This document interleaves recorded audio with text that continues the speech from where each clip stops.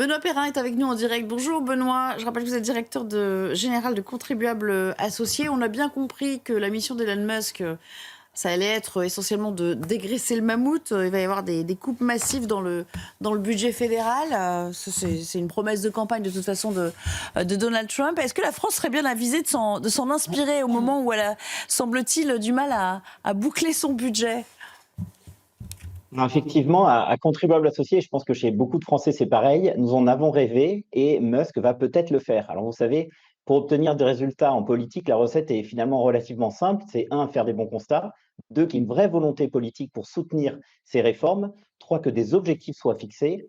Quatrièmement, que des personnes compétentes soient chargées des réformes. Et ensuite, naturellement, qu'on évalue les résultats par rapport aux objectifs initialement formulés. Et là, le problème de la France, c'est que souvent, on s'arrête à la première étape, c'est-à-dire qu'on fait les bons constats. On a des responsables politiques qui nous expliquent depuis tant d'années que la dépense publique va trop loin, qu'il y a trop d'administration, qu'il y a trop d'agences qui ne servent à rien. Et malheureusement, on s'arrête à ce constat et on ne va pas plus loin.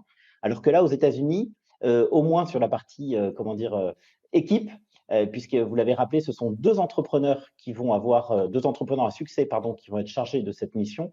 On peut penser qu'ils ont vraiment connu les difficultés, ils ont beaucoup travaillé, ils ont vraiment une vision, je crois, très, très opérationnelle des choses. Oui. Et on peut espérer, effectivement, en tout cas pour eux, qu'ils aillent au bout de leur démarche. En tout cas, il y en a un qui semble-t-il, a été sensible. Après, je ne sais pas s'il est ironique ou pas, mais vous avez sans doute vu ce tweet de Guillaume Casbarian, le ministre de la fonction publique, qu'il félicite, parce qu'en gros, il se dit que ça va être un peu une sorte d'homologue fonction publique. Mais enfin bon, lui, il n'a pas les mêmes...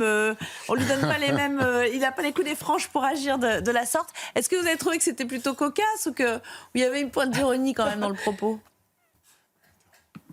Alors d'abord, il faut quand même préciser que ce ministre fait quand même preuve de courage, puisqu'il n'hésite pas, à affronter la grogne des fonctionnaires.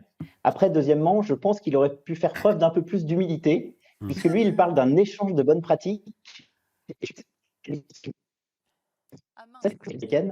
Donc je pense qu'il aurait peut-être pu écrire qu'il a hâte d'apprendre. Je ne sais pas si vous m'entendez. Oui, on vous entend, mais ça crachouille un petit peu. Mais bon, en gros, il devrait être un petit peu plus humble, notre ministre de la fonction publique. C'est ça l'idée. Ouais.